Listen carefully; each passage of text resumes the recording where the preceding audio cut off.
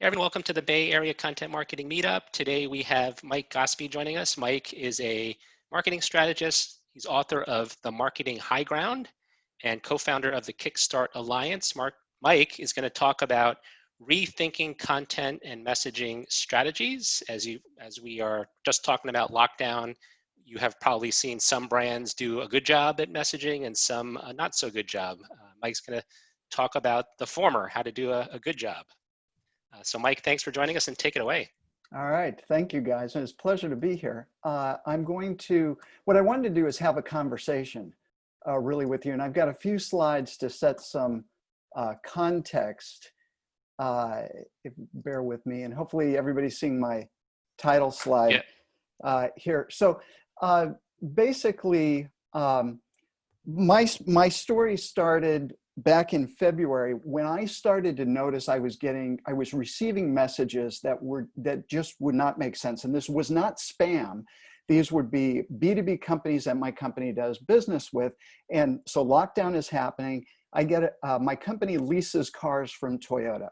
And so I get a message from an executive at the local dealership saying, oh, why don't you come on down and look at a new car? And I'm thinking, really? I'm in the middle of lockdown. I'm not about to go do that. Or my company outsources our payroll to Paychecks and their partners. And probably in March, I got a message from them all about upgrading my system so I could hire more people more quickly. And I'm thinking, really? I'm doing my best to make sure I don't have to furlough people, and you want me to add people? And these messages seem out of, tone deaf, if you will, or out of context. And I don't think it was because the marketers fell down on the job. I think it was because they automated their systems and it kept running and nobody was, keeping up with things. And so I started to think if there was a lesson here about messages that really needed to be real. As a marketer, that the messages coming out need to be relevant, empathetic, authentic, and legitimate. So I came up with this kind of real acronym. And at least for me, when I was in my company, we're doing outreach to our customers, making sure that what we're saying kind of fit this criteria. So this kind of became an initial guide for us. And then when you overlay kind of the traditional, and I know you guys know this already, the communications plan of taking somebody from awareness through interest to decision, or what the buyer's journey is, all of that has blown up because of what's going on in COVID. And so over the last 3 months, what I typically do in my day job is I interview C-suite customers. I'm a professional facilitator of customer advisory boards, which have all gone virtual now. And as a part of the prep work, I interview these folks to kind of get in touch with them. And over the past 3 months, I'd say I'd probably interviewed at least 36 of them in various industries. And they're all telling me the same things that basically clue into that the buyer's journey has been disrupted. And I'm sure this won't be news to any of you on the call, but they're talking about, I've got a loss of budget, my projects have been deferred, everybody's working from home, and that creates all kinds of scrambles. Their personal issues along with professional deals that they're trying to work through. And ultimately, if there is a top priority that they're trying to do, it's all about cost optimization.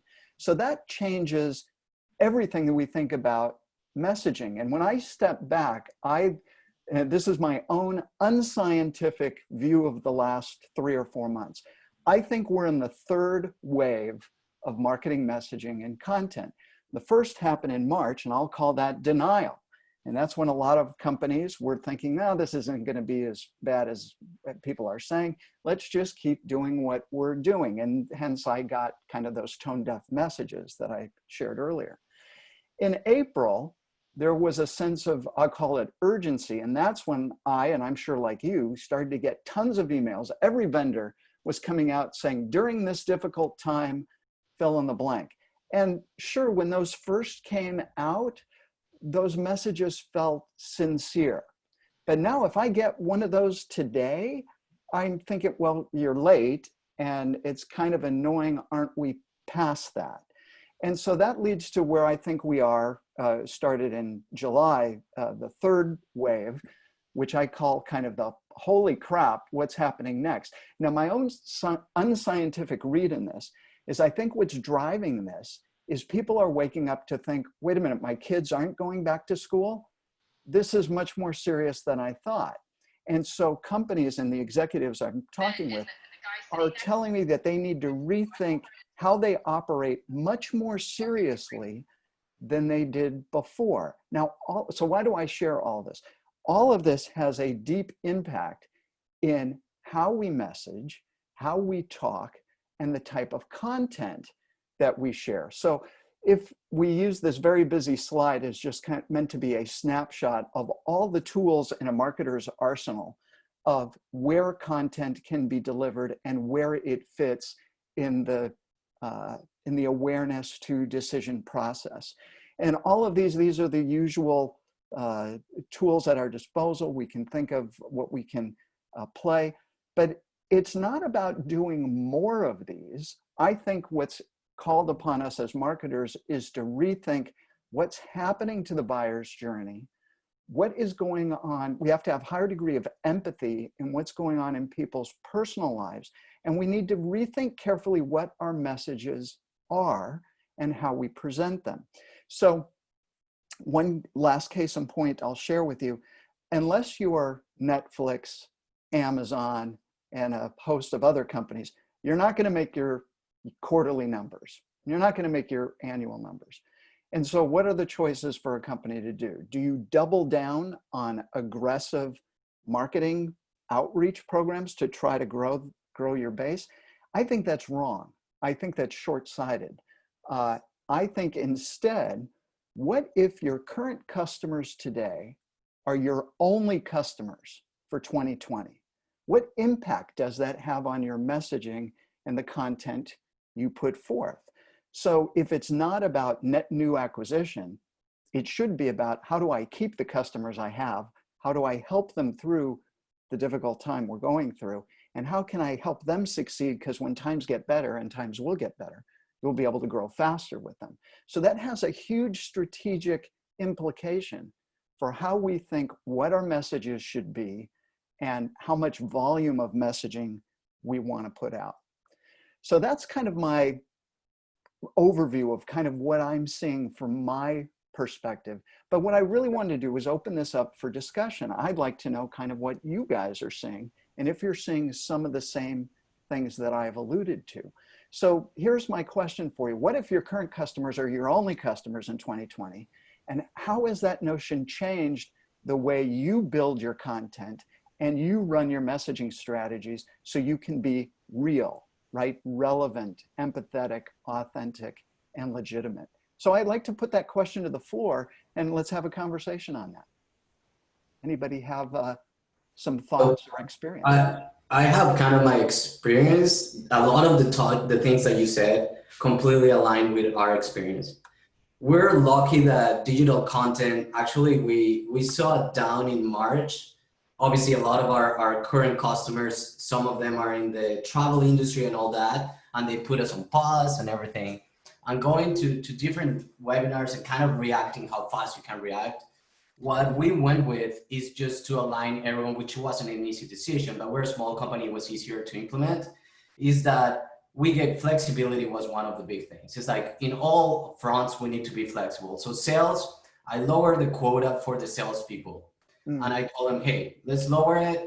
The CEO wasn't very happy at the beginning, but we were able to make it just so I could tell them empathy as far as like, don't pressure your clients that you're talking to. And that actually worked out. Instead of going, the HubSpot sent data that there were a lot more messaging going out, but way less deals being closed, way less meetings being met. And instead of going double, I said, okay, let's go more customized and let's give them more flexibility and more time. And that actually worked very well. And it was in all fronts. CS, let's contact our customers. At the beginning, we didn't want it to because like, if they keep canceling or putting it on pause, then we have to start furloughing. Like we obviously downsized not on employees, but on salary. We took some hits. So we're like, what if we contact them and they say no? But then on April, we're like, no, let's contact them and see if we can help. How can we help? That actually worked well as well. and those are the current customers. What we've been doing is like, how can we help? Some of them is like, sorry, we're gonna be gone. We're seeing a lot of them coming back right now. So that's a great thing. I think that's great. Thank you for sharing that. Yeah. So that's kind of what we've been seeing. And on the marketing side, then also promoting that flexibility. We used to have a 6-month contract. At least it had to be a 6-month contract. The sales people would negotiate 12-month or 6-month. I would have incentives to close a 12-month, obviously. But then here was like, let's go to month if they need it.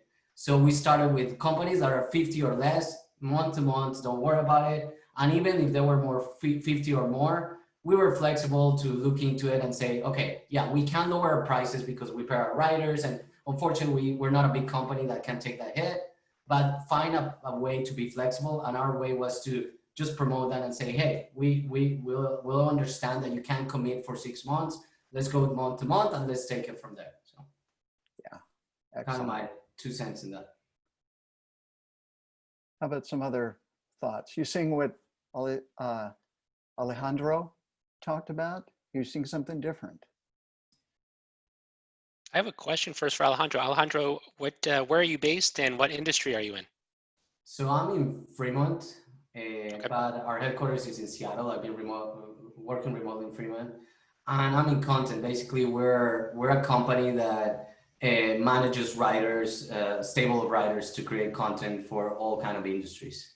So, got it. Yeah. I'll give you one answer. One of my experiences, Mike. So I'm a consultant who works with clients, and with one particular client, we started trying to launch an email newsletter. So we were like in the midst of the pandemic and sending email to certain contacts for the first time. And we, I think, smartly decided to take a pause. Like, it's probably better to be quieter right now than to be overly publishing and overly in the face of prospects. And what we did was we scheduled informal interviews. So I think this is one of your specialties with customer advisory boards. We took existing clients and got on the phone with them the ask was a 15 to 30-minute talk. And the premise of the talk was, we sent you an email newsletter too. Can we just show it to you and get your input on it? Some of them hadn't received it yet, so we just did a screen share.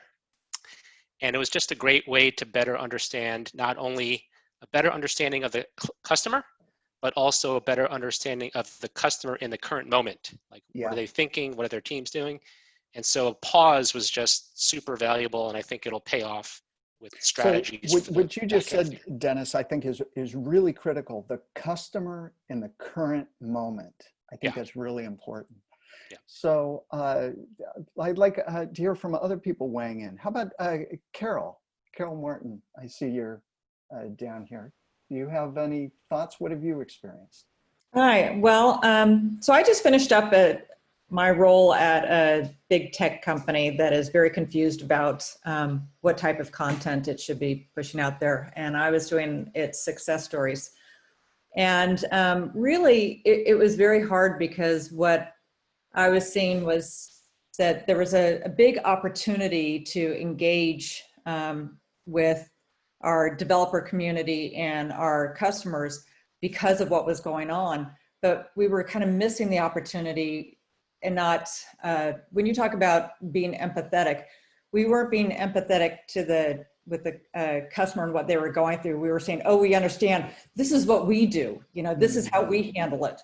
And it became a lot of noise. And I really struggled with that, but that story was a lot easier for us, and it was easier for us to make our metrics, to get our content out there, than to pull back and listen to what the customer or the developer was saying. That just took too much time, energy, and was a much harder story to develop. And that's what I was really struggling with, was let's not make the metrics, let's slow down, let's tell the story. It does not have to be about the pandemic. There's so many other stories out there that are valuable at this time that everyone needs to hear. And so that's kind of what I was struggling with for the last 3 months, was trying to get good content out there that wasn't just noise. Yeah, that is in fact the challenge. And one of the things that, just a side note, when we've been helping our clients have these virtual roundtables in place of a customer advisory board, and of course we want to hear more, how can we help? How can we sell more stuff? But really what it comes down to, this is therapy for humans to come together to talk about, am I the only, customers will come around to this virtual call and they'll think, am I the only one who has this problem?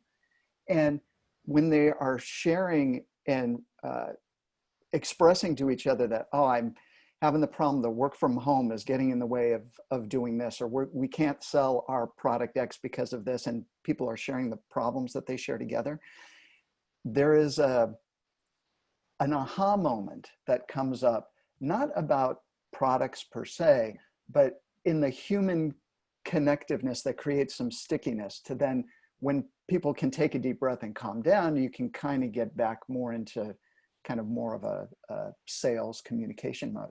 But it's a really uncomfortable place to be in. It's hard to have those conversations. You need to kind of be mentally prepared for that. Anyway, that can be a whole other different conversation. Rick, what are you seeing? My good friend Rick, what do you see from your vantage point? I think that's why. I think that what we're doing with a lot of our campaigns is kind of doubling down on our installed base. So I hadn't quite thought about it like that. What if your 2020 customers are your only customers? And Right. I would suggest that may also bleed into 2021 as well. So yeah, just kind of thinking about from a macro perspective, back to you had suggested, should you double down on being aggressive? Obviously, the conclusion is probably not, but should you Right. double down on your installed base? And it's not just what else can you cross-sell or upsell them, but what can you do to, make sure that they're successful with their deployments? I mean, ultimately, how do you help them to be successful versus thinking about, making quarterly results or meeting campaign KPIs, what have you? There's always going to be that balancing act of, looking out for yourself or looking out for your team versus looking out for your customers. But looking out for your customers is looking out for yourself, provided that you can communicate with, your management and your peers and colleagues and even your subordinates from that perspective. So it was pretty good food for thought, I thought. So let me ask you this. How many of you in your companies or seen companies that you work with are giving away things for free? How many of you are saying that? Whether it's their time, professional services, health check, Oh, right? Alejandro? So time, definitely. Time, like one of the things that I told also the sales team is to become a little bit more consultative, and like they double down on effort and we have to be more strategic, even though we were sending less messages. But I told them for the smaller, because we still have demos. So the demos that you had that maybe didn't have the budget, we had more demos of people that you could tell they're not ready to buy, they don't have the budget, but they're trying to figure out what to do now. Hey, like my company was doing well, but now I might go out of business. So I told them, if you have because our salespeople have pretty decent SEO knowledge and a good start to guide them to, hey, go to HubSpot and look at the learning videos that could guide you and all that. I told them, I'm okay with you staying for the whole 30 minutes and talk to them if you can give them something of value, and just take it as something that they might come back as a client, yes, but my main thing is like, we're a small company, we don't have anything implemented to go and help on the community center, don't help. That's help, that's awesome, and Right. if we can do it, why not? So, and So they learn on their side too. We also get benefits from that. So on the marketing side from content, there's either the lead generation content stuff you put out, and then there's nurturing stuff. I think we're more in a nurturing mode. What can we do to help you through this time? Which is a completely different kind of mind shift. Jessica, share with us what you're seeing. I'm the only Jessica, right? You're the only Jessica. Jessica Morales. Hi, Jessica. Hello. So I feel like my situation is a little bit different. We have a strong customer base in government. We have a lot of government customers, and so when everybody had to be sent home, we have a solution that can actually help our government customers work remotely, something that most of them had never done before. And so like from a marketing and really from an all hands perspective, starting at the 1st of March, even before people were sent home, it was a scramble to develop content and training guides and how-tos and videos on how to use our solution to work from home. And even to the point where we did a quick engineering sprint to add in additional functionality to make it easier for some of those customers. So March and April was heavily focused, on enabling those government customers, and also to some extent some large enterprises that had never enabled remote work. And then after that, we continued the sprint because we shifted over to doing training. So even though a lot of these customers or our users were allowed to work from home, some of them were somewhat idle, I guess. And so we really headed into a phase where we launched a bunch of training programs, and to the point of what did you offer for free? We offered a lot of free training. Some of that was led by our professional services teams and on the more technical side. And so from a marketing perspective, there wasn't as much to do. But we also launched a new live stream every other Friday, whatever cast, I guess you want to call it, on YouTube Live, to start to build community, and where we talked about trends and training and things like that in the industry.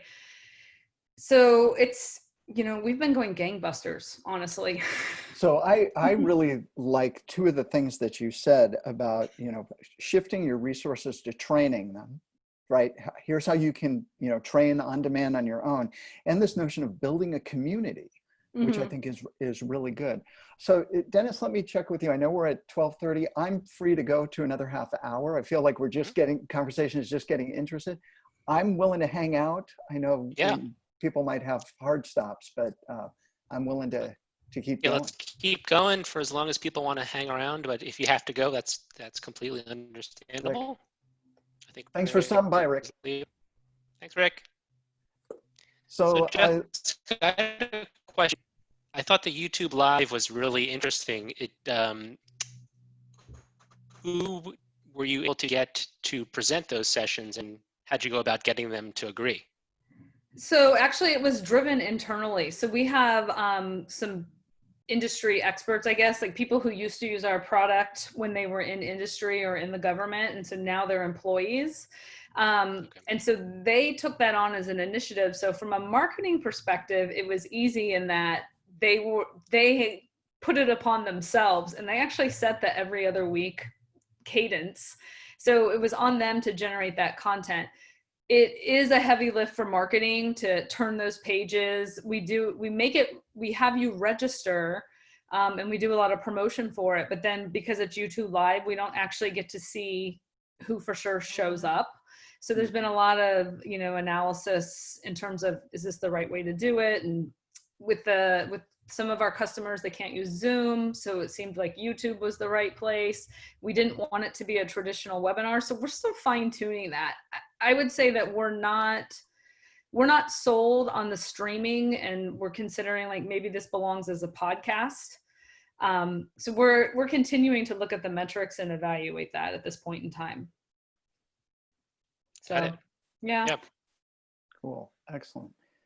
How about Beth? How about from you? What are you seeing something different, or perhaps you validate kind of what others are saying? What's going on in your world? Yeah, for me, I've been on the job search end of this pandemic. So when you were talking about, or others were talking about really honing in on your existing customer base, I think that's probably where there's been more work. I've still been receiving emails as a potential prospect, and on that end, I haven't seen a lot that's really different in terms of messaging, but I have seen a lot more, I'd say, valuable content that's ungated or easier to access, or, events, like this one that are, can have a broader stretch. So, that's what I've seen, but I signed up for this because I will be starting a new position in about a week and a half. So I was curious what others have been working on and what they're seeing work at this point. So okay, yeah, excellent. Congratulations, Beth. That's great news. Yeah, I know. Congratulations. This is a hard time to be in a job search for sure. Cindy, how about? I don't think we've heard from you yet. What are your thoughts? Hey, Mike, it's Cindy Mock from long Cindy, ago. hey, I remember, I wondered if it was you because I only know Yeah. one Cindy that has two E's at the end of her name. I know, it's me. Well, let me think. So I have one of my customers is a huge Japanese company, and we do a newsletter. And I've been struggling sort of the content for that for a while. Initially, I made sure there was a personal note for him, and he was kind of we were comparing coronavirus in Japan and what they were going through, which was very similar to what we were going through here. And then we do supply chain and talk about the supply chain issues that were affecting it. But for me, I'm on the search for good news as opposed to selling. It just felt really inappropriate. So um, I would say that, we do a newsletter every month. So I am struggling for good news right now. And I don't know, I like the idea of switching to training. Maybe that's something else that we could switch to. But if there are any other thoughts, I mean, I welcome them because it just sounds, as you said, tone deaf if you talk about what you're Yeah. trying to push. So I can share with you a couple of topic areas that seem to be more appreciative, I think, of the customer audiences. And again, my universe kind of goes back to these 36 companies I might be talking about. So there may be some outliers, but customers are very interested in solving problems. So and nobody wants to be sold to, right? Nobody ever did. But what they do want to know is, how has a customer solved a specific problem? And sometimes the content to deliver that needs to become much more technical than we as marketers might think we have to put out. So I was talking to one client who said, this is my specific problem. I'm trying to get more of my employees up to speed on using your service, but they're stymied by this problem. I need a little bit of coding to solve this problem. Can you do that in an application note or something? And lights went on when the vendor said, oh, yeah, okay, we can kind of put that out. What they didn't want is, don't give me the glossy photographed PR case study. Not helpful. But if here's customer had this specific problem, here are the steps you went to, here's a little bit of coding. Boy, they ate that up, and that got passed around the company like wildfire. So that's one example of where I'm seeing there being things being helpful, which is a little bit different. That's great. Thank you. Todd, how about you? Todd is still on. Todd, oh, here he comes. Hey, Todd. I am here, and I knew I'd be dragged in. Oh, I'm fuzzy. It's my glasses. My glasses. So strangely, I've got clients that are manufacturing, mostly 3 out of 4, and they really, I mean, besides a drop in revenue, they have not been hugely impacted. Revenues dropped anywhere from very little while they work through their backlog, and dropping off now 3-4 months later, like 30%. Another was hit probably 30%, but it's sustainable. They haven't, they cut everybody back to 32 hours. None of my clients are really aggressive on lead generation. It's long-term. They get clients for long-term, really high customer value. So they're not aggressive trying to get big numbers in the door. So it's really kind of been a lot of business as usual once you got past the initial, we are here for you, and all those generic kind of messages everybody were putting out. Right. I did have one client that I did lose. Well, it might come back someday, but I did lose their business over a 2-week period. The revenue went from pretty consistent week to week, dropped like 80%. I think they might have said 90%, just boom in 2 weeks. They had to rescind job offer to somebody they had sent out. They did a kind of panicked against my recommendation, is sending out coupons the first couple of weeks, trying to, engage, sending out extra emails, trying to get people to order. It was just the wrong message. And luckily they kind of figured that out and dropped. And since then, things are back up to about where they were last year. When I looked at their revenue, their online revenue anyway, a few weeks ago, they're kind of back on track, but they've been growing probably 30% year over year since I've been involved the last 2 or 3 years, and they're back to even. And they're back to regular messaging kind of a thing too. Right. So my case in my Interesting. own business, besides losing a client, I picked one up within a few weeks. So that's good. So So my you've business been, has been strangely untouched. It's kind of bizarre. you're one of the lucky ones for sure on that. So I think when it comes to kind of revenue or budgets, so what I'm seeing, I can share with you a little bit of insight from these interviews that we've done. If you're working with a company that's into digital transformation, their business is going well. They were by and large, like Todd, you were saying, maybe this overlaps some of the customers that you have. They were planning to grow in 2020 35%. Now they're only growing 20%, but they're still up because companies who, now's the time to do your digital transformation if you haven't done that before.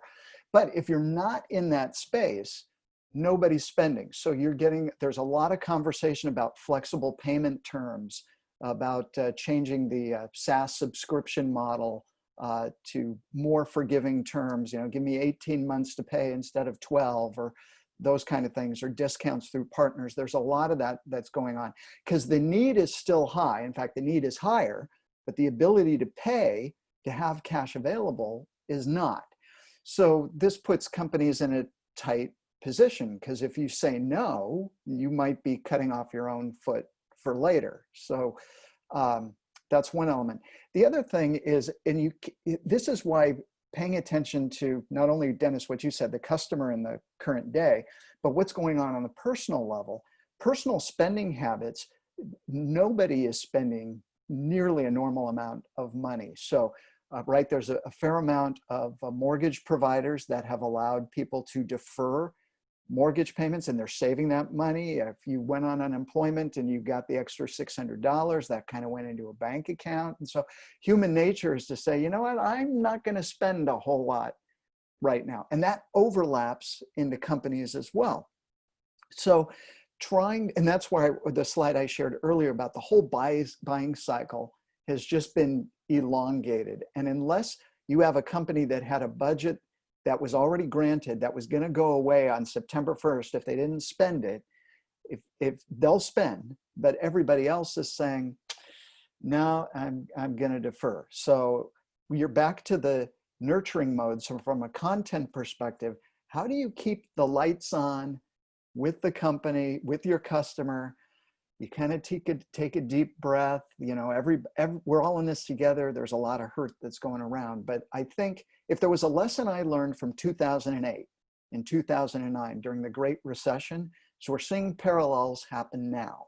When the Great Recession happened, of course, completely different reasons, companies were laying off marketing and sales, business things were slowing down until the crisis came through it. But those companies who were able to extend a little bit of an empathetic olive branch out to keep the conversation going with the customers, to do, Alejandro, like what you were saying, to check in, hey, how can we help? Those companies, not only did they make it through the storm, but when things got better, they accelerated faster. And those companies who kind of battened down the hatches to become so self-preserving, right? Tighten the borders, don't spend any money, we'll wait for a better day. Those companies, if they did emerge, they grew much slower than everybody else. So I think we as marketers, we're kind of on the cusp of this because it's through our messaging, through our content, that we're going to either feed the future pipeline or we're going to radically annoy everybody. And it's a tough line to be in, but I'm a big believer that I think we should be nurturing. Back to what I said, what if your current customers are your only customers? I think we take that to heart. And maybe any advice I can offer is when you go back to your executive teams or your salespeople, or whoever you're working with, if they are pushing or suggesting a marketing program or messaging, that you use the real test before you send it out. It's like, oh, okay, let me look at this. Let me ask it. Are the messages relevant to what you're going through? Are we showing at least a little bit of empathy? Are we being authentic to say what we mean and mean what we say? And legitimate. Let's get rid of the hyperbole. We don't need the high gloss customer success story. Let's have real proof and value in what we're putting out. If it passes those 4 tests, then you're probably pretty safe. You know, I'm reminded, Mike, of a related point on messaging, which is that the images we use are part of the overall messaging. Oh, yeah. And a pet peeve of mine is when different marketers are sending out images of teams that are not appropriate for the moment, meaning they're huddled around a conference table. There's no masks in any photos. It's just not reflective of where the world is right now. And I try to encourage on my projects, like, let's think about this. Do we want to show that right now? Because nobody's meeting in, well, at least for most of in the US, nobody's meeting in an office right now. Yeah, well, so COVID is the instigator of this, but we're dealing with a lot more in society than just COVID, on the point that you just raised about the images that we use, the Black Lives Matter, the equality, all that kind of stuff plays into it, which makes it much more difficult to, make sure, again, are we being real, empathetic, and authentic in what we do? It's a tough and challenging time to be a marketer, but those are the right questions. We have to be the stewards of that kind of conversation to make sure that the best foot gets put forward in these conversations. Yeah, Dennis, whenever, I'm watching more movies than I have, and I always do this double take when it's like, what are they doing so close together? Or you see a big crowd, it's like, oh wait, this was filmed 20 years ago. We watched The Godfather, it's just like, your whole mental map of the way society should be just gets shifted in these times, and it always throws me off. Mike, you said one thing about consumer spending being down, and for my own personal, I'm a data point at one, and I never take my own experience from and project it on to others as a marketer, but my spending's not too much down. I'm a double income family, and my wife's income's down a little bit, but not much. But the housing market in Portland is crazy. We just, our neighbors in March, they have their own business, and they just moved in. They bought the house, and they made the offer and it was accepted right before shutdowns. And I'm like, there's no way. They own their own business. There's no way they're going to go through with the closing on this thing. They did. They moved in. My niece bought a house. It had just like a month ago. It had 4 offers on it, 4 serious offers. She didn't get it.